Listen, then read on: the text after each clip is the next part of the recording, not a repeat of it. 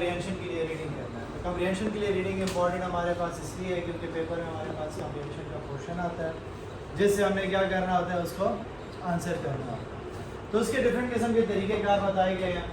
पहला तरीका हमारे पास आता है नोटेट का आता है, ठीक है, जो नॉर्मली आप इस्तेमाल करते हो कि जब आप रीडिंग कर रहे होते हो तो चीज़ों को पॉइंट्स को अंडरलाइन करते जाते हो और उसके ऊपर मीनिंग्स लिखते जाते हो। सबसे आसान तरीक़ाकार होता है, नॉर्मल इंग्लिश में आप करते थे, फिजिक्स में करते थे, ठीक है, केमिस्ट्री में आप यूज़ करते थे, बाकी उर्दू में तो हो नहीं सकता था क्योंकि उर्दू ऑलरेडी मीनिंग होती थी। तो आप अपने लिए उस चीज़ को आसान बनाने के लिए अंडरलाइन करके उसके मीनिंग्स लिखते थे।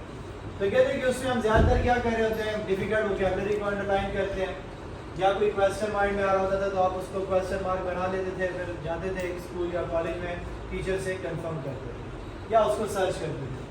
Connection with in the text कि कोई एक ऐसे पॉइंट आ जाता है जिसकी आपको समझ नहीं आती कि लेट्स से ए और बी का जिक्र और दरमियान में सी का नाम आ गया, तो आप सोच में पड़ जाते यार ये सी का क्या ताल्लुक हो सकता है। आप उसको मार्क कर लेते कि इसको मैंने फाइंड करना है, तो आप उसको फिर आगे टेक्स्ट में ढूंढते थे। Connection with the prior knowledge और एक्सपीरियंसेस, या पहले आपने जो इस चीज़ के बारे में पढ़ा था उसके साथ उसको लिंक करने के लिए आप उसको रीड करते थे, मार्क करते थे कि अच्छा इसका जो है ना मैंने दूसरी बुक में देखा था उसके साथ क्या लिंक बनता है, या लेट से एक लॉ का दूसरे लॉ के साथ क्या ताल्लुक बनता है, तो आप उसके साथ उसका कंपैरिजन करेंगे, इस्तेमाल करेंगे। मेन आइडियाज़ हो गए, फैक्ट्स एंड डेटा सोर्सेज हो जाते हैं कि कहाँ से इसने डेटा उठाया है, तो वो भी हम जो है चेक करने के लिए करते थे, और पॉसिबल रेफरेंसेस फॉर फ्यूचर, या फिर हम उनको मार्क करते थे, हम कहते थे कि ये जो है ना आगे जाके मैं क्या करूँगा, इसको रिवाइज करूँगा, या फिर मैंने इसको क्या करना है अलग बुलेट पॉइंट्स में लिखना है जिसको मैं नोट्स के तौर पे इस्तेमाल करूँगा। देखें तो हमारे पास कुछ इस किस्म की बुक होती है आपकी, ठीक है, आप अंडरलाइन करते हो, मीनिंग्स लिखते हो, ठीक है, फिर इस तरीके से आप इसको लिंक करते हो कि इसका इसके साथ क्या ताल्लुक है। हो सकता है आप इधर यहाँ पे क्वेश्चन मार्क लिखो, ठीक है। तो ये डिफरेंट किस्म के तरीक़ेकार होते थे जो आप उसके साथ अंडरलाइन करते थे, मार्क करते थे और उसको देन कंफर्म करते थे। तो पेपर में तो आपके पास ये तरीका हो नहीं सकता क्योंकि स्क्रीन के ऊपर तो आप लिख नहीं सकते, ना ही उसके मार्कर फेर सकते हो ना पेन फेर सकते हो, ठीक है। सो सेकंड टेक्निक हमारे पास कौन सी है, कलर, ठीक है।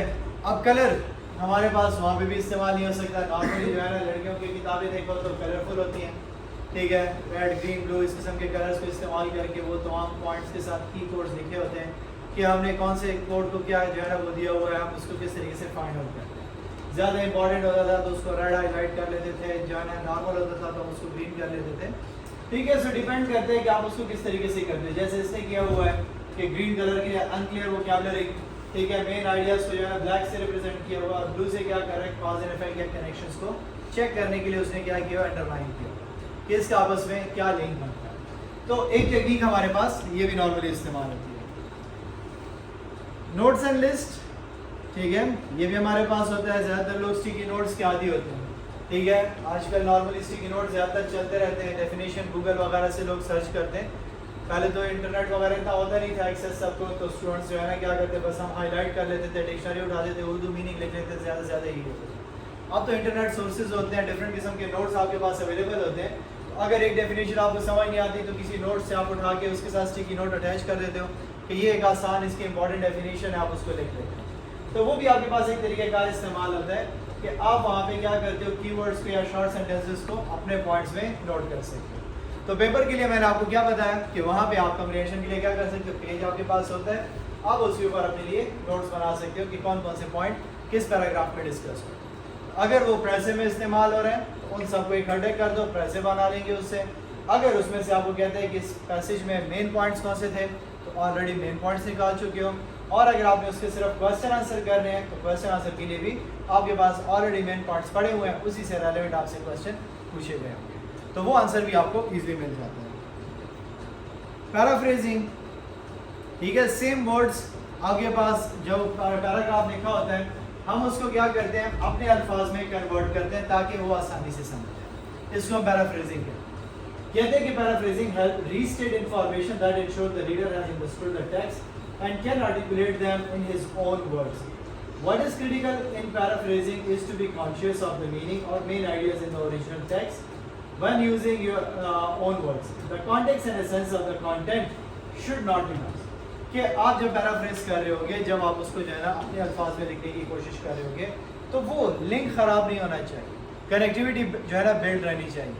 ये ना हो कि आप अपने अल्फाज में लिखते लिखते अपनी सजेशंस की तरफ चले जाओ, अपने जो है ना पॉइंट्स देना शुरू कर दो। लेट से वहाँ पे पैराग्राफ दिया हुआ है पाकिस्तान की इकॉनमी के बारे में, ठीक है। अब आप वहाँ पे जहन में आता है जी बिजली भी नहीं होती, गैस भी नहीं होता और बिजली के बिल बहुत ज़्यादा आ गए। अब कहीं पे पैराग्राफ में इसका जिक्र नहीं था, आपने उसमें खुद से ऐड कर दिया। ये चीज़ें नहीं करनी। पैराफ्रेजिंग जो वहाँ पे लिखा गया है, आपने उन तमाम आइडियाज़ को अपने वर्ड्स में कन्वर्ट करके दोबारा आसान तरीके से लिखना है, ठीक है। जैसे आप जो है ना सलीस उर्दू, जो हम कहते हैं आसान उर्दू में इसको लिखो, आसान अल्फाज में इसको बयान करो। शायर जो है ना शेर लिखा होता था, हम उसको क्या करते थे, उसको कन्वर्ट करते थे किस चीज़ में, आसान उर्दू में उसकी मीनिंग लिखते थे कि जिस शेर में शायर क्या कहता है। या फिर हमारे पास जो है ना जो हदीस होती है उसका हम मफहूम लिखते थे, ठीक है। तो मफहूम में क्या होता था, उसकी पूरी कंटेक्स्ट हमें एक्सप्लेन करते थे। तो हमें आसान अल्फाज में उसको कन्वर्ट करना हो। अब जैसे देखिए हमारे पास यहाँ पे एक टेक्स्ट दिया हुआ है एंड देन उसको पैराफ्रेज किया। सो पहले इस टेक्स्ट को पढ़ें एंड देन इसको पढ़ें, तो दोनों में डिफरेंस आपको पता चल जाएगा।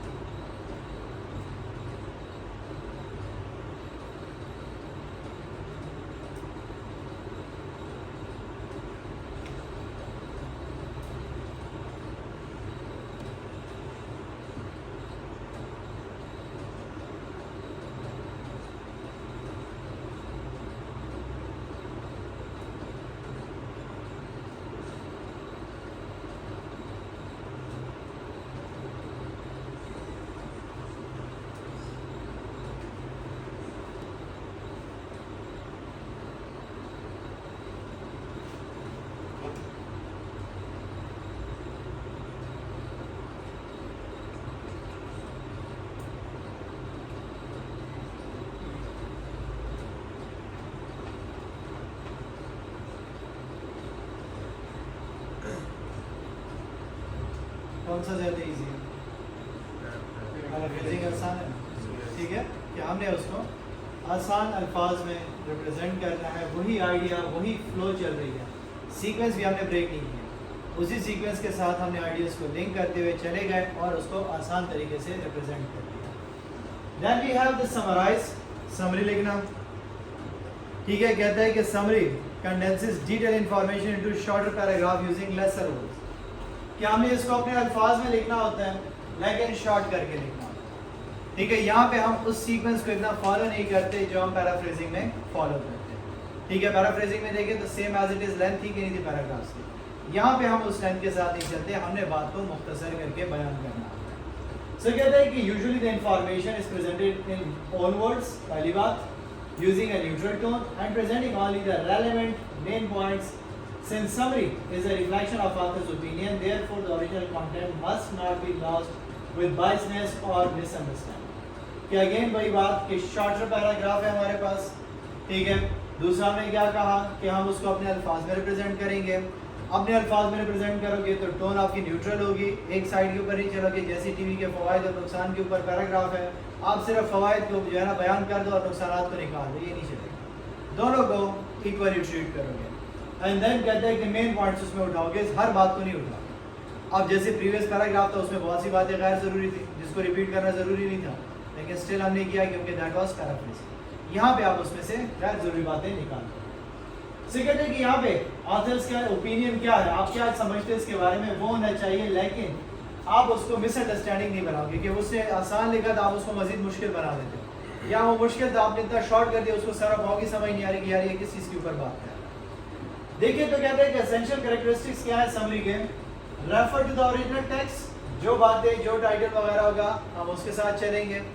सेकंड कहता है कि state authors ideas and avoid presenting as own opinions, अपना कोई राय नहीं दोगे, जो ऑथर ने कहा हुआ है वही बात होगी अकॉर्डिंग टू ऑथर। ये हो गया किस्म के अल्फाज। Use own words as much as possible, if exact quotes are referred then use quotation mark. क्या अगर किसी की कोटेशन उठा रहे हो लाइक से क्या आज़म ने कहा काम काम और बस काम, अब वो जाहिर सी बात है आपने तो नहीं कहा, आप उसके साथ जो कि आज़म ने ये बात कही उसको कोटेशन मार्क्स में बंद कर दोगे ताकि वो आपके अल्फाज ना लगे बल्कि उसी बंदे के अल्फाज नजर आए। Then get identify the main point first and use supporting details to back the main points. जैसे मैंने आपको कहा कि मेन पॉइंट्स आपने निकाल लिए हैं, अब उसके साथ कोई रेलेवेंट कोई मिसाल ज़रूरी है समझाने के लिए, आप उसको पुट कर दोगे, अदरवाइज इग्नोर कर दोगे। Then use words that successive the key message into shorter paragraphs, ऐसे अल्फाज इस्तेमाल करोगे जो पैराग्राफ को शॉर्ट बनाए, ठीक है। फिर हमारे पास है maintain a neutral tone, again B objective, B concise, make every word count, और हर एक वर्ड की अपनी वैल्यू होती है, हमने उसको देखना है कि मेरे पास अगर वहाँ पे 100 वर्ड्स है तो मैं उसको कहाँ जो है ना 60 के ऊपर लेकर आऊँ, 50 के ऊपर लेकर आऊँ। वही 100 के 100 मैंने दोबारा लिख दिया तो फिर तो मैंने पैराफ्रेजिंग किया, समरी तो नहीं लिखी। समरी का मतलब क्या है, शॉर्ट करके उसको रिप्रेजेंट करना। जैसे अब यहाँ पे हमें एग्जाम्पल दी गई है, ठीक है, कहते हैं कि पाकिस्तान से its inception has faced innumerable challenges and problems, still the situation in past was not bad as it is today, ठीक है। अब ये पहला पैराग्राफ, फिर दूसरे में कहता है such a scenario has not created long-term challenges and threats, but in many places has brought the country to brink the disaster and left the economy into shambles, हो गया। अब दूसरा पैराग्राफ, फिर तीसरे पैराग्राफ में बात की है Pakistan economic situation has lagged behind the other South Asian economies on many fronts, ठीक है। फिर उसको क्लोज किया, कहता है कि जी हमारे पास प्रॉब्लम क्या चल रही है, तो कहते हैं कि हमारे पास latest technological trends and equipments on corporate levels, all of these are responsible for giving way to the deteriorating economic condition of the country. 3 paragraph में बात की थी, इसने क्या किया, उन तमाम बातों को एक शॉर्ट पैराग्राफ में कन्वर्ट किया। किस तरीके से, पहली बात हमने क्या कहा, Pakistan facing challenge since its inception, फिर उसके बाद हमने दूसरे पैराग्राफ में क्या कहा, last 25 years said to be evident of much decline in its performance हमारी कम हुई। Some of many factors that are said to be hindering Pakistan's economic situation include widening current account deficit, inflation, lack of balance and economy। तो हर paragraph से हमने एक एक sentence उठा के शॉर्ट कर दिया, उसकी समरी बयान कर, ठीक है। तो समरी में हमने क्या किया कि हर एक पैराग्राफ को उठा, उसकी समरी एक लाइन में या 1.5 लाइन में आपके पास कन्वर्ट हो जाएगी, फिर दूसरे पैराग्राफ की 1.5 लाइन और फिर तीसरे की 1.5 लाइन होगी, तो आपकी शॉर्ट सी समरी बन गई कि नहीं। इस तरीके से हम इसको समराइज करते हैं। अगला तरीका हमारे पास क्या है, वो है हमारे पास कि आप जो है ना क्या करो, मेन पॉइंट्स को आइडेंटिफाई कर, जो मैंने कहा कि आप उस टेक्स्ट को पढ़ो, उसमें से मेन बातें कौन कौन सी डिस्कस हुई हैं आप उसमें से निकालो। जैसे इस पैराग्राफ पे हमारे पास, जैसे मैंने 4 बातें इंट्रोडक्शन उसकी पढ़ी, ये 4 मेन बातें थी कि नहीं, जो उसने समरी के अंदर भी यूज़ किए। तो मैंने क्या किया, पैराग्राफ को पढ़ा, उसमें से मेन बातों को उठा लिया, बाकी तो उसकी एक्सप्लेनेशन और मिसालें थी जिसकी ज़रूरत थी नहीं, मैंने उसको स्किप कर। तो पेपर में जो हमारा सेकंड पोर्शन होता है, दैट इज जो है ना हमारे पास मेन पॉइंट्स के ऊपर होता है कि देखिए, कहते हैं आइडेंटिफाइंग की पॉइंट्स और main ideas main was following step. Number 1, read all the gathered information और given text, what are the common threads, how this is relevant to assign task, what difference would that be. कि आपके पास वो जो information पड़ी हुई है, आप उसको देखोगे कि उसमें से कौन सी बात ज़रूरी है, किसका ताल्लुक है, किसका ताल्लुक नहीं है, और कौन सा जो है स्टेटमेंट होना चाहिए, कौन सा नहीं होना चाहिए। आइडेंटिफाई कीवर्ड्स, कौन कौन सी बात रिपीट हो रही है, हम उसके ऊपर फोकस करेंगे कि मेन बातें कौन कौन सी हो रही है। तीसरा, लोकेट रेलेवेंट सोर्सेज, बात कहाँ से ली गई है, किसकी कोटेशन तो नहीं है, कोई रेफरेंसेज हमारे पास मौजूद है, वो निकाल लेंगे। क्वेश्चन द कंटेंट, कि हम रिसीवर के पर्सपेक्टिव से देखेंगे क्या ये बात मेरे रिसीवर के लिए ज़रूरी है, क्या वो समझ पाएगा इसको। अगर एक पॉइंट ऐसा है, मैं समझता हूँ कि अगर मैं उसको देख लेता हूँ वो डायरेक्टली समझ नहीं आएगा, तो फिर मैं उसके साथ एक्सप्लेनेटरी सेंटेंस लिखूँगा कि नहीं लिखूँगा, तो हम उसको एक्सप्लेन करेंगे। कोड द टेक्स्ट और डेटा, जो आप नॉर्मली कोड करते हो, कलर कर लेते हो या 1 2 3 लिख लेते हो, जैसे आप स्कूल में क्वेश्चन आंसर में करते हैं बुक में, कि यहाँ से यहाँ तक 1 का आंसर है, यहाँ से 2 का आंसर है, दैट इज कोडिंग। तीसरा, फर्स्ट एंड लास्ट पैराग्राफ, और या फिर पहले पैराग्राफ में जैसे मैंने टेक्निक यूज़ की, ठीक है, प्रीवियस में, कि पहला पैराग्राफ पढ़, जो है पैराग्राफ की पहली लाइन पढ़ ली, मुझे अंदाज़ा हो गया कि कौन सी बात है, फिर उसके जो है लास्ट लाइन पढ़ लो पैराग्राफ की, आपको अंदाजा होगा। जैसे अब इन्होंने आपको यहाँ पे पैसेज दिया हुआ है, ठीक है, पहले इस पैराग्राफ को पढ़ें, फिर उसके बाद देखिए पॉइंट्स।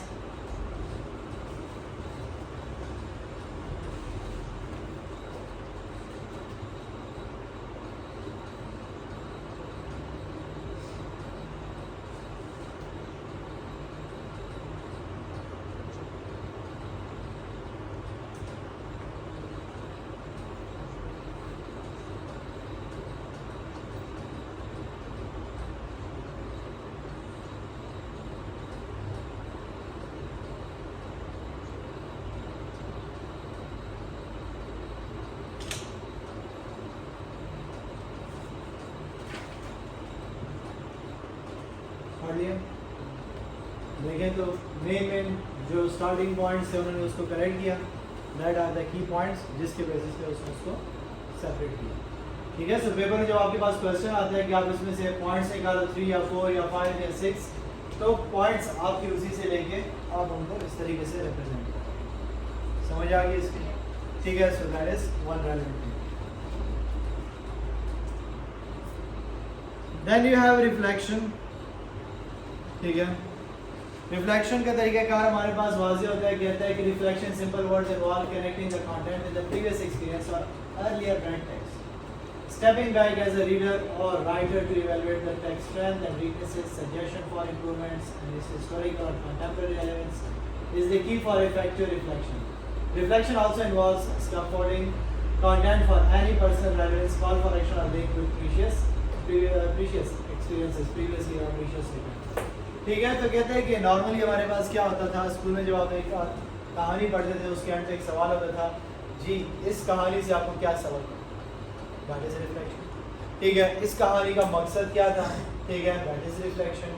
या आपको जो है ना, जो प्रेसे के अंदर हम काम करते हैं, हमें कहा जाता है कि इसको एक सजेस्ट करो टाइटल। ठीक है, तो प्रेसे में हम जो टाइटल सजेस्ट करते हैं वो पूरे राइटअप को रिप्रेजेंट करने वाला होना चाहिए। अब राइटअप में पूरे पाकिस्तान के क्लाइमेट का जिक्र हो, ठीक है, और मैं उसको टाइटल देता हूँ सिर्फ क्लाइमेट। ठीक है, तो क्या ये रेलेवेंट टाइटल है? मैं लिखूंगा स्पेसिफिकली कि क्लाइमेट इन पाकिस्तान, तो वो पूरे टेक्स्ट को रिप्रेजेंट करेगा कि हाँ पाकिस्तान के बारे में यहाँ पे जिक्र हो।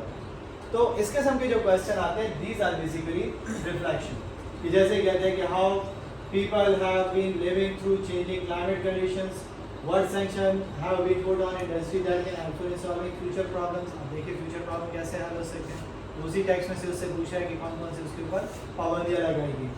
व्हाट स्टेप्स और process can be improved to incorporate green belt areas in the city plan, what is in this for me. ठीक है, तो उसी किस्म के जो टेक्स्ट आपको दी गया उसमें से आपके पॉइंट्स निकाले जाते हैं कि जी क्या डायरेक्शन दी गई, क्या पॉइंट्स बताए, कौन सी चीज़ों के ऊपर काम करना चाहिए, क्या सजेशंस होनी चाहिए, वो तमाम के तमाम हमने वहाँ से निकालना है। सो पेपर में रेलेवेंसी हमारे पास यहाँ पे क्या होगी, एक तो प्रेसे के अंदर टाइटल आ जाएगा, दूसरा हमारे पास हो सकता है कि कम्प्रीहेंशन के एंड पे आपके पास एक शॉर्ट सा आपको जगह दे दी जाए और आपको कहा जाए कि आप इसमें हमारे लिए क्या कर लो, की पॉइंट्स लिखो, समरी करके पॉइंट्स हमें लिखो। तो समरी करने के लिए भी हम कर सकते हैं, या फिर आपको कह सकते हैं कि इस पैराग्राफ का मेन मकसद क्या था, जो ये पूरा पैराग्राफ लिखा हुआ है, what do you understand from this, आप उसको शॉर्ट करके एक्सप्लेन कर सकते हैं। Last thing we have the synthesise. कहते हैं कि जी a reader may want to expand his other knowledge base from various sources rather than just one. Synthesize involves selecting sources and searching for additional information. To build upon existing knowledge, bringing together information from various angles may involve connecting with other sources that are contradictory or in support of the text. For comprehension exercises, although synthesizing information from other sources may not be required, it would nonetheless be important when using the given passage for business analysis and answering relevant questions. कि आपके पास normally क्या होता है, जब आप different जगहों से information gain कर लेते हो, फिर उसको इकट्ठा करते हो, आप कहते हो कि यार इसमें मेन बातें कौन सी थी, तो उसकी एक खिचड़ी बना देते हो। ठीक है, तो आपके लिए रेलेवेंसी उसी पॉइंट से होती है कि नहीं होती। तो कहते हैं कि इस किस्म के जहाँ पे होते हैं कि सजेशन टाइटल का पूछा जाता है, या आपसे पूछा जाता है कि ऑथर का पॉइंट ऑफ व्यू क्या था, ठीक है, इसमें राइटर क्या कहना चाहता था, इस पैसेज का रेलेवेंसी क्या थी पाकिस्तान के साथ, ठीक है, या इसको आप जो है ना राइटअप को या एक्सपेरिमेंट को पाकिस्तान के ऊपर कैसे देखते हो। इस किस्म के जो सवाल आते हैं दैट इज बेसिकली सिंथेसाइज। तो हमने क्या करना होता है, सजेशन टाइटल मांग लिया, ठीक है, तो वो हमारे पास आ सकता है। अगर आपसे कहा जाता है कि यार इसमें जो है ना इस बंदे ने पूरा राइटअप में ये बात की हुई है, इससे क्या नतीजा निकलता है, ठीक है, हम क्यों इस चीज़ को पढ़ रहे हैं, ग्रीन उसके ऊपर हाउस के ऊपर इफेक्ट के ऊपर बात आ जाती है, ठीक है, एयर पोल्यूशन के ऊपर बात आ जाती है। तो पाकिस्तान में यहाँ पे इसने कहा हुआ है कि एयर पोल्यूशन इस तरीके से कम हो सकती है, आप क्या सजेस्ट करें, ठीक है, क्या होना चाहिए। इस किस्म की जितने भी हमारे पास चीज़ें होती हैं that is basically a synthesise. ठीक है, सो यहाँ तक कोई क्वेश्चन है तो पूछें।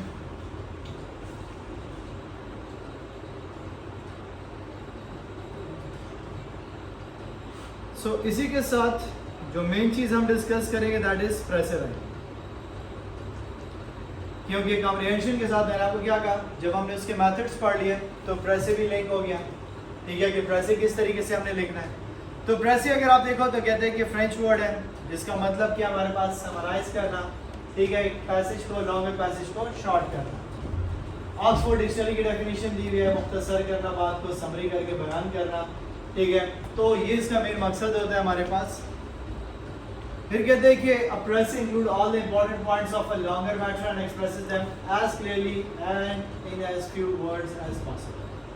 The substance of the matter is to be summarized must be given in continuous and reasonable form. It must include everything essential in speech, document and correspondence and leave out everything unimportant. ठीक है, वही बात है जो अभी तक हम पढ़ रहे थे कि हमने तमाम की तमाम मेन बातों का जिक्र करना है, ठीक है। मेन पॉइंट्स निकालिए तो उनके दरमियान लिंक होना चाहिए, स्ट्रक्चर ख़राब नहीं करेंगे, क्योंकि जब स्ट्रक्चर ख़राब हो गया तो समझ नहीं आएगी। अब मैं कहता हूँ कि जी पाकिस्तान का क्लाइमेट इस तरीके से है, पाकिस्तान में 4 क्लाइमेट है, पाकिस्तान में जो है ना बारिशें सीज़न में होती हैं, तो वो सेंटेंसेस नज़र आ रहे हैं, पैराग्राफ नज़र नहीं आ रहे। मैं उसको क्या करूँगा, उसी फ्लुएंसी के साथ चलाऊँगा जैसे उन्होंने राइटअप के अंदर किया होगा कि पाकिस्तान में जो है ना क्लाइमेट पाकिस्तान के इस तरीके से है, और इसकी वजह से पाकिस्तान के अंदर अगर आप देखें तो आपको 4 किस्म के क्लाइमेट्स नज़र आएंगे, ठीक है। उन 4 क्लाइमेट्स के दौरान अगर ये क्लाइमेट आता है तो इसमें जो है ना बारिशें बहुत ज़्यादा होती हैं, इसमें फिर ये चीज़ हो जाती है। तो मैं क्या करूँ, उसको शॉर्ट करके फिर भी रेलेवेंसी कनेक्टिंग जो है ना उसके अंदर लिंकर्स को इस्तेमाल करना। The object of a precis is to convey to the reader a complete description of the events and circumstances in such a way as to enable him to know all the essential points. कि मैंने क्या करना है, अपनी पूरी बात को उसको समझाना है लेकिन मुख्तसर अल्फाज में। एक बंदा आपको कहता है कि मैं यहाँ से पेशावर से निकला, ठीक है, मैं यहाँ से गाड़ी में बैठा, फिर अड्डे में मुझे गाड़ी नहीं मिली, फिर 12 बजे मुझे गाड़ी मिली, फिर मैं वहाँ से रवाना हुआ, तो फिर वहाँ पे स्टॉप पे रुक गए। अब इतनी ज़्यादा बातें वो 3 दिन ट्रिप की आपको सुनाता रहे तो पूरा दिन गुजर जाएगा कि नहीं। शॉर्ट क्या होगा, प्रेसाइज क्या होगा, मैं यहाँ से इतने बजे निकला, मुझे वहाँ पे गाड़ी मिली 12 बजे, मैं यहाँ से जो है ना 3 बजे वहाँ पे पहुँच गया, मैंने खाना खाया, फिर हम जो है ना घूमने के लिए निकल गए, ये जगह घूमी इस्लामाबाद में, इस्लामाबाद से फिर मैं वहाँ पे निकल गया, फिर 3 दिन हमने ऐसे गुजारे और मैं वापस आ गया। तो क्या था, हमने उस बात को प्रिसाइज करके बयान कर दिया, अगले बंदे को समझ भी आ गई। ऐसा कुछ नहीं था कि हम कहें कि उसको समझ भी नहीं आई या कुछ क्लैरिटी नहीं रही, क्लैरिटी भी रही, ठीक है, बात भी समझ आ गई, और जो इंपॉर्टेंट बातें थी वो मैंने डिस्कस की। अब उसमें से कोई पॉइंट इस किस्म का होगा जो उसको समझ ना आ रहा हो, ठीक है, तो हम उससे क्या कर लेंगे, वो क्वेश्चंस पूछेगा, हम उसको आंसर करेंगे, ठीक है। सो प्रेसे में हमने क्या करना, उसका स्ट्रक्चर, उसकी मेन बातों को एक साथ चलाना होगा, हम उसको जो है ना ब्रेक नहीं करेंगे। लेकिन अगेन वही बात, बातें सारी इंपॉर्टेंट होंगी, जो the most important, the most relevant points होंगे, हमने सिर्फ उसी को डिस्कस करना है।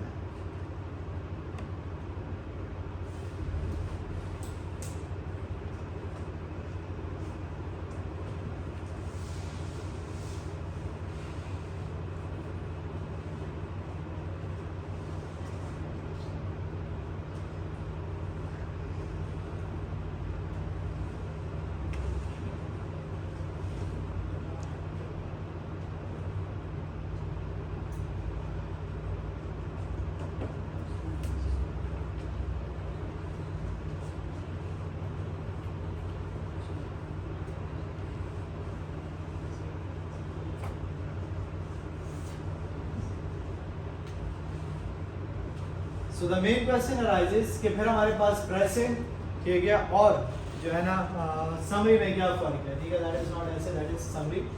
इन दोनों के दरमियान डिफरेंस फिर क्या हुआ कि हम समरी में क्या करते हैं, प्रेजेंट में क्या करते हैं। सिंपल अल्फाज में कहता है कि in a present you use the language and structure of the original, particularly key terms and phrases, कि जो मेन पॉइंट्स होंगे, ठीक है, वो हम वहाँ से लेंगे, ठीक है। कुछ ऐसे स्टेटमेंट्स होंगे जो उसके स्ट्रक्चर को, कनेक्टिविटी को बिल्ड कर रहे हैं, हम उसी को कंटिन्यू करेंगे। क्योंकि समरी में देखो, you must use your own words as much as possible and as few words from the original as possible. क्योंकि वहाँ पे आप क्या करें, समरी करके, शॉर्ट करके बात बतानी है।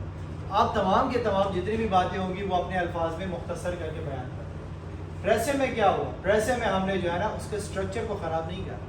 समरी में तो हमने स्ट्रक्चर को चेंज कर दिया, कोई फ़र्क नहीं पड़ता, ठीक है। जहाँ पे मेरे स्ट्रक्चर की रेलिवेंसी बननी थी मैं उसी तरीके से चल रहा था। प्रेसे में मैंने अपने स्ट्रक्चर के साथ नहीं चला, बल्कि जिस तरीके से हमें वहाँ पे टेक्स्ट दिया गया था मैंने उसी स्ट्रक्चर के साथ बात चलाई। पहले ए बात हुई, फिर बी बात हुई, फिर सी बात हुई, फिर डी बात हुई, फिर जो है ना ई बात हुई। इस तरीके से मैंने क्या करना है, उसके स्ट्रक्चर को ख़राब नहीं किया। तो रूल्स में भी यही बात है हमारे पास कि 3 टाइम्स पैसेज को केयरफुली रीड करो ताकि आपको आइडिया समझ आए।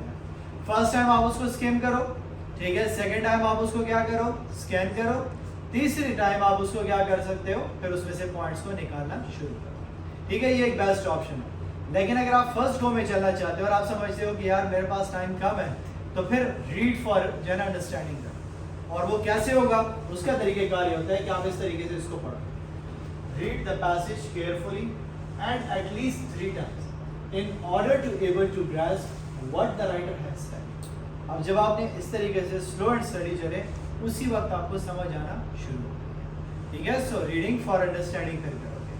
अदरवाइज जब आप इस तरीके से नॉर्मली रीड करते हो कि read the passage carefully at least 3 times in order to able to grasp what the writer said, समझ नहीं है, फिर आप दोबारा से पढ़ते हैं, read the passage carefully at least 3 time, अच्छा 3 दफा पढ़ना, in order to grasp what the writer has said, अच्छा क्या कहा गया उसका मतलब, दूसरी दफा में फिर ज्यादा समझ आ रही है। जब आप तीसरी दफा पढ़ते हो तो उसको ज्यादा समझ आ रही है। लेकिन जब आपने रीड किया अंडरस्टैंडिंग के लिए, उसमें पहली दफा में ही समझ आना शुरू हो गई नहीं है, क्योंकि आप पहले से ही सेंटेंसेस को ब्रेक करते करते जा रहे हैं। Underline the important points to be included in your present. A point is important if it is intimately connected with the main subject and if it is essential for a clear exposition of the theme.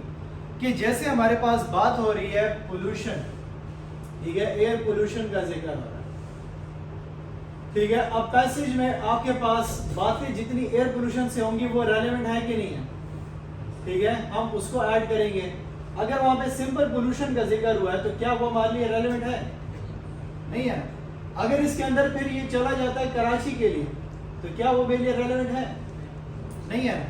तो मैं उसको वहां से remove करता जाऊंगा, जो points मेरे main topic के साथ कनेक्टेड है वो चीजें इंपॉर्टेंट है। ठीक है, लेट से हमारे पास जिक्र करता है कि जो है ना मोबाइल है, तो आपके पास हो सकता है, या फिर आपके पास जो है ना बात कर लेते हैं जनरेटर, ठीक है, या कार्स, तो टाइप ऑफ कार्स, ये हो गया कलर्स इन कार्स, ये हो गया फिर उसका स्ट्रक्चर, फिर उसके इंजन कैपेसिटी। अब ये 4 बातें इंपॉर्टेंट हैं कि नहीं? अब उसमें से उसने मिसालें दी होंगी, इस गाड़ी में ये इंजन लगता है, इस गाड़ी में ये बातें इंजन होता है, ये इतनी स्पीड तक जाती है, क्या वो रेलेवेंट है? मैं तो सिर्फ गाड़ी के फीचर्स बयान कर रहा हूँ ना, तो मैंने फीचर्स को उठाने, that is relevant to me. फिर उसके बाद कहते हैं कि use your own language in present while words and phrases from the original may be used in present. Both sentences should never be lifted out from the original to be, क्या कहता है कि इंक्लूडेड, कि पूरा sentence नहीं उठाओगे कि मैं वहां पे ये पूरा सेंटेंस उठा लूं और वहां पे लिख दूं, ये नहीं होता। मैंने क्या करना है कि यहाँ से बातें उठानी है। उसने कहा कि 3 दफा रीड करूं, मैं उसको कहूंगा कि you should read the passage 3 times, that's it. अब वही बात हुई कि नहीं, उसी की बात इंक्लूड हुई कि नहीं? तो मैंने कुछ चेंज नहीं किया, मैंने स्ट्रक्चर भी वैसे ही रहने दिया, लेकिन मैंने उसको क्या कर दिया, शॉर्ट करके बातें बता दी। ठीक है, तो इस तरीके से हमने इसको करना कि आप क्या करोगे, अपनी लैंग्वेज इस्तेमाल करोगे, लेकिन हमने क्या कहा कि ओरिजिनल क्या जो आपके पास वहाँ पे फ्रेजेस थे, ठीक है, या फिर उसके जो है ना वहाँ पे जो कीवर्ड्स थे, हमने वो मेंटेन रखना है। कि बात उसने जो है ना कही हुई है व्हीकल्स की, और मैं वहाँ पे ट्रक्स लिखना शुरू करूँ, 2 अलग चीज़ें हैं कि नहीं? ठीक है, वहाँ पे वो बात कर रहा है वेजिटेबल की, मैं कहता हूँ जी वेजिटेबल एंड फ्रूट्स, तो फ्रूट्स कहाँ से आ गए, ये तो एडिशन हो गया। ठीक है, तो जिस चीज़ का नाम लिखा गया, अब वो नाम मैं चेंज नहीं करूँ। समरी में हम उसको सबको एक साथ कर देंगे कि this passage was about the vegetable. अब मैं उसमें अलग अलग टाइप्स ऑफ वेजिटेबल्स का जिक्र नहीं कर रहा, लेकिन यहाँ पे मैंने क्या करना होगा, मैं उन्हीं को वर्ड्स को इस्तेमाल करूंगा। This is called the keywords. Clear हो गया? 4th पॉइंट कहते हैं कि the passage should not be रफली 1/3 ऑफ द ओरिजिनल। पेपर में तो नॉर्मली आपको वहाँ पे वर्ड लिमिट दी जाती है, 100 वर्ड्स तक आपने लिखना होता है, या 80 वर्ड्स तक आपने उसको प्रेस से लिखना होता है। ठीक है, नॉर्मल जनरल रूल हमारे पास क्या है, चाहे जितना भी हमारे पास 700 वर्ड्स है, 800 वर्ड्स है, 900 वर्ड्स है, प्रेस जब भी लिखोगे उसका 1/3 निकालोगे, पहले वर्ड्स को काउंट कर लोगे, फिर उसके बाद आप क्या कर लोगे, उसका 1/3 करके आपको पता चल जाएगा कि इतने वर्ड्स बन रहे हैं, आप उतने ही लिखोगे। क्योंकि 200 वर्ड का 1/3 अलग होगा, 900 का अलग होगा, 1500 वर्ड्स का अलग 1/3 बनता है, तो वो उसका जनरल रूल है। फिर कहते हैं कि examples, illustration and comparison should be out of the present, figures of speech should be removed and ideas expressed should be in clear and direct language. कि वहाँ पे कोई मिसालें दी हो, जैसे मैंने कहा कि एग्जांपल दी, तो वो ज़रूरत ही नहीं एग्जांपल देने की। फिर उसने कोई जो है ना न्यूमेरिकल्स दिए हुए हैं, क्वेश्चन वैल्यूज दी हुई है, अगर रेलेवेंट नहीं है तो हटा दो। ठीक है, फिर उसने जो है ना वहाँ पे कोई कंपैरिजन किया होता है 2 चीज़ों के दरमियान, तो अब 2 चीज़ों के कंपैरिजन क्या, आप सिंपल उसको लिख दोगे, he compared these 2 things and concluded that this is affecting this, या this is much better than this. अब वो पूरे डिफरेंसेस लिखने की जरूरत तो नहीं है। ठीक है, क्योंकि वो तो उसके इलस्ट्रेशन में एग्जांपल्स में ऑलरेडी डिटेल में आ रही है। तो अगर उसको डिटेल जाननी है तो डिटेल में जाए, वो फिर पैसे क्यों पढ़ रहा है। तो हमने उसको वहाँ से निकाल देना है, क्योंकि हमारा मेन मकसद क्या है, उनको आसान अल्फाज में रिप्रेजेंट करना। तो हम उसमें से अगर हमारे पास इडियम्स या कुछ इस किस्म के इस्तेमाल हुए होंगे उसको आसान मतलब में हम कन्वर्ट कर देंगे। Your own comments on the ideas of pricing are absolutely forbidden. पहले मैंने कहा कोई भी खुद से बात ऐड नहीं करोगे, जो वहां पे होगा सिर्फ वही लिखो। वहां पे उसने सजेशंस दी हुई है, 3-4 सजेशंस लिखी थी जी, पानी के सिस्टम को बनाने के लिए नालियों को अपडेट कर दिया जाए, ठीक है, मैनेजमेंट सिस्टम बना दिया जाए। आपके माइंड में आइडिया आ गया, आपने उसमें से लिख दिया कि जी गवर्नमेंट ये काम कर रहे हैं, कहाँ से लेकर उससे आपसे पूछा तो नहीं है, जो लिखा हुआ है same as. Be very carefully about the language as you write. Mistakes of grammar and spelling are penalized as much in the press as in other forms of communication. कि और चीज़ों में आपके स्पेलिंग कंसिडर इतने नहीं किए जाएंगे जितना इसमें किया जाएगा, क्योंकि मैंने आपको पहले दिन कहा कि लेटर में मीनिंग समझाना, बात को डिलीवर करना इंपॉर्टेंट है, ठीक है। ऐसे है तो ऐसे में भी आपके पास हो जाता है, इतने ज़्यादा वर्ड लिख रहे हो तो ग्रामर इतना जो है ना नज़र नहीं आता।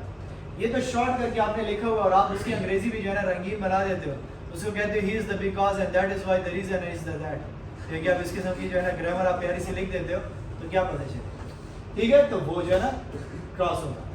सी that your precis is a piece of readable English and that its ideas can be understood by a person who has not even gone through the origin. This is very important कि आपने उस passage को ऐसे लिखना होगा कि जो passage आपने पढ़ा, क्योंकि अगर कोई बंदा उसको पहली दफ़ा पढ़े तो उसको समझ आ जाए कि पूरे पैसेज में क्या था, तब आपका टारगेट अचीव होगा।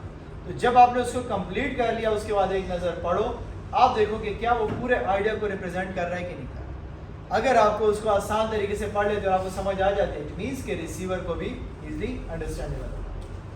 Your passage should be connected whole as it should be divided to paragraphs. कहते हैं कि सारा का सारा जो है पैसेज आपका लिंक होगा, ठीक है। अब अगर बातें ज़्यादा हैं, वर्ड ज़्यादा 120-130 वर्ड्स हैं, ठीक है, तो फिर उसको हम पैराग्राफ्स में डिस्ट्रीब्यूट कर सकते हैं। अब लेट्स से एक जगह पे फ़ायदे की बात हो रही है, एक में नुकसान की जिक्र हो रहा है, तो अब ये दो अलग पैराग्राफ बन सकते हैं अगर उसमें पॉइंट्स हैं। अगर उसने जनरल बात की हुई है तो फिर आप उसको एक ही पैराग्राफ के अंदर पुट कर सकते हैं। फिर कहते हैं कि डायरेक्ट फॉर्म आपके पास कभी इस्तेमाल नहीं होगी, क्योंकि you are the third person writing about the writer's opinion. तो आप यहाँ पे ये नहीं कहोगे कि I think that he should do this, but हम उसको करेंगे कि उस बंदे ने क्या करना, ठीक है। मैं वहाँ पे लिख देता हूँ कि वहाँ पे राइटर लिखा होता है कि आई वॉज डूइंग दिस, और मैं भी लिख देता हूँ आई वॉज डूइंग दिस। आप तो नहीं कर रहे, ये तो ऑथर कर रहा है। सो author was doing this, he was doing this, he was looking at the people, he was standing for the person, ठीक है। तो ही, दे, देयर, दैट, इस किस्म के अल्फाज को इस्तेमाल करोगे, आई और माई का वर्ड इस्तेमाल बिल्कुल नहीं होगा, ठीक है। अगर किसी बंदे का नाम है तो फिर आप उसके साथ फिर यूज़ करोगे कि उसके अल्फाज हैं, उसने कोई बात की है तो अकॉर्डिंग टू हिम। अगर उस बंदे ने नहीं कहा तो ये जो लिखने वाला बंदा है इसके अल्फाज हैं तो फिर अकॉर्डिंग टू द राइटर, क्योंकि उसका नाम आपको पता नहीं है पैसेज में, तो आप अकॉर्डिंग टू द राइटर करोगे। लास्ट में कहता है कि सूटेबल टाइटल इंपॉर्टेंट है। The title should be ordinary, not be a complete sentence. A title must be provided even though it may not have been asked. कि वो पूछे ना पूछे, टाइटल आपने ज़रूर पैसे के अंदर देना होता है, और वो आपके पास सेंटेंस नहीं होना चाहिए। 3 to 4 to 5 वर्ड्स आपके पास मैक्सिमम होना चाहिए, ठीक है। अब जैसे ये है एयर पोल्यूशन, ठीक है, एयर पोल्यूशन इन पाकिस्तान। अब मैं लिखूँ जी Pakistan is suffering from the air pollution, तो ये तो मैंने सेंटेंस लिख दिया, टाइटल तो नहीं हुआ, ठीक है। तो मैंने उसको टाइटल की तरह रखना है। Indicate the number of words in your passage at the end, ठीक है। तो ये हमारे पास पहले होता था, अब नहीं है कि आप वहाँ पे लिख कर दो कि कितने वर्ड्स मैंने लिखे हुए हैं, कितने वर्ड्स नहीं लिखे। वो तो ऑलरेडी वर्ड काउंट आपका ऑन होता है, वो काउंट कर रहा होता है, उसको पता चल जाता है कि इसने कितने वर्ड्स लिखे हुए। कहते हैं फीचर्स क्या होंगे, बात को मुख्तसर लिखना, मुकम्मल बात होनी चाहिए, कोई मिसिंग स्टेटमेंट्स ना हो, क्लियर अल्फाज में अपनी लिखनी है बात, पैराग्राफ और स्टेटमेंट्स के आपस में लिंक होना चाहिए, ठीक है। बिल्कुल सही ग्रामेटिकल मिस्टेक्स नहीं होनी चाहिए, क्योंकि अल्फाज सामने पड़े हुए हैं। तो हमने क्या कहा कि जो वर्ड आपको इसका लफ्ज़ के स्पेलिंग्स नहीं आते तो आप उसकी वर्ड को उठा के वहाँ पे लिख लो, जो वहाँ पे उन्होंने लिखा हो, वजह इसकी कि आप अपना वर्ड लिखो और गलत स्पेलिंग के साथ लिखो, ठीक है।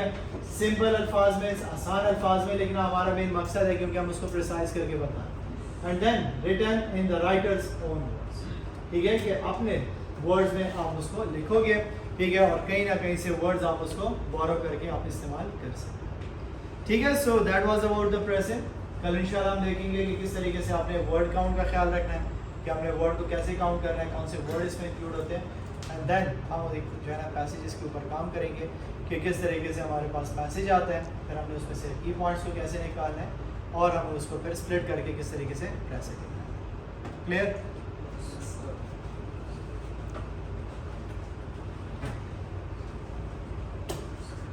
Any question?